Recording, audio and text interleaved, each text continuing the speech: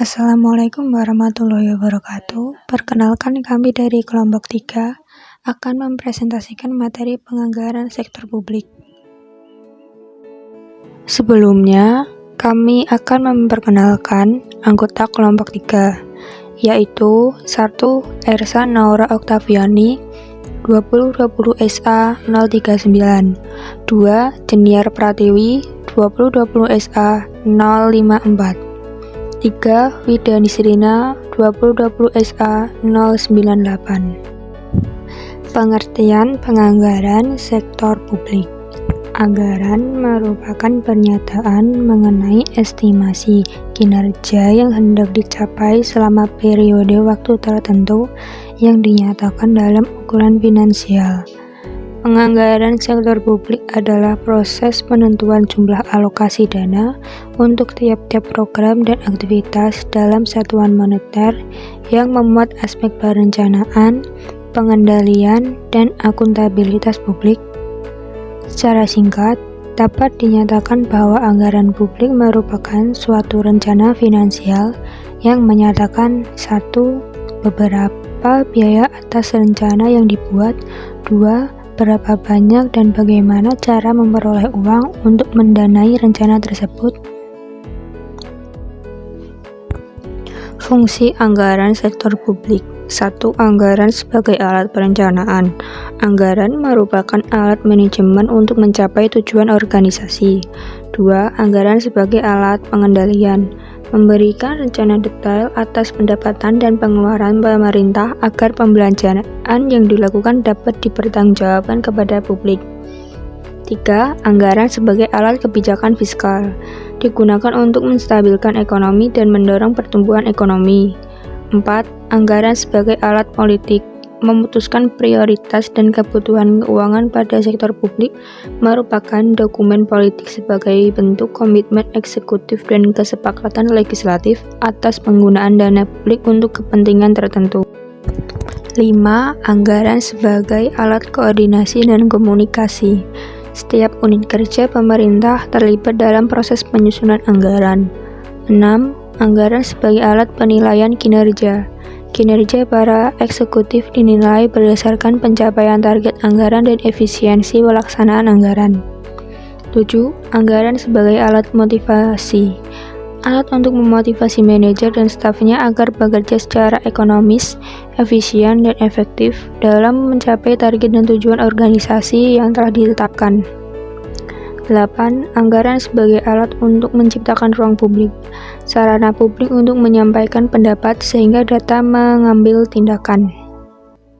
Jenis-jenis anggaran sektor publik. 1. Anggaran operasional. Anggaran operasional yang digunakan untuk merencanakan kebutuhan sehari-hari dalam menjalankan pemerintahan. Pengeluaran yang manfaatnya hanya 1 tahun anggaran dan tidak dapat menambah aset atau kekayaan bagi pemerintah. 2. Anggaran modal atau investasi. Anggaran modal menunjukkan rencana jangka panjang dan belanjaan atas aktiva tetap seperti gedung, peralatan, kendaraan, perabot, dan sebagainya. Pengeluaran yang manfaatnya cenderung melebihi 1 tahun anggaran dan akan menambah aset atau kekayaan pemerintah, dan selanjutnya akan menambah anggaran rutin untuk biaya operasional dan pemeliharaannya. Prinsip-prinsip anggaran sektor publik. 1. Otorisasi oleh legislatif. Anggaran publik harus mendapat otorisasi dari legislatif terlebih dahulu sebelum eksekutif dapat membelanjakan anggaran tersebut. 2. Komprehensif anggaran harus menunjukkan semua penerimaan dan pengeluaran pemerintah. 3. Keutuhan anggaran semua penerimaan dan belanja pemerintah harus terhimpun dalam dana umum atau general fund. 4. Non-discretionary appropriation. Jumlah yang disetujui oleh Dewan Legislatif harus termanfaatkan secara ekonomis, efisien, dan efektif. 5. Periodik anggaran merupakan suatu proses yang periodik, dapat bersifat tahunan maupun multitahunan. 6. Akurat estimasi. Anggaran hendaknya tidak memasukkan cadangan yang tersembunyi atau hidden reserve yang dapat dijadikan sebagai pemborosan dan inefisiensi anggaran serta dapat mengakibatkan munculnya underestimate pendapatan dan overestimate pengeluaran. 7. Jelas anggaran hendaknya sederhana, dapat dipahami masyarakat dan tidak membingungkan. 8. Diketahui publik, anggaran harus diinformasikan kepada masyarakat luas. Yang selanjutnya nih, itu ada tujuan proses penyusunan anggaran.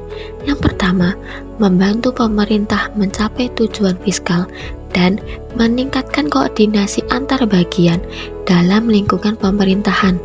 Yang kedua, membantu menciptakan efisiensi dan keadilan dalam menyediakan barang dan jasa publik melalui proses pemprioritasan.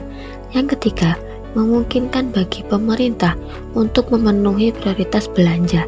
Yang keempat, meningkatkan transparansi dan pertanggungjawaban pemerintah kepada DPR, DPRD, dan masyarakat luas. Nah, oke nih, yang terakhir itu ada proses penyusunan anggaran sektor publik. Itu ada 4 tahap nih. Tahap yang pertama, persiapan anggaran. Tahap yang kedua itu ada tahap ratifikasi. Tahap yang ketiga itu ada tahap implementasi. Yang keempat itu ada tahap pelaporan dan evaluasi. Tanpa terasa nih, tadi adalah penjelasan tentang penganggaran sektor publik dari kami kelompok 3. Apabila kami ada salah kata, kami mohon maaf dan juga terima kasih atas perhatiannya. Wassalamualaikum warahmatullahi wabarakatuh.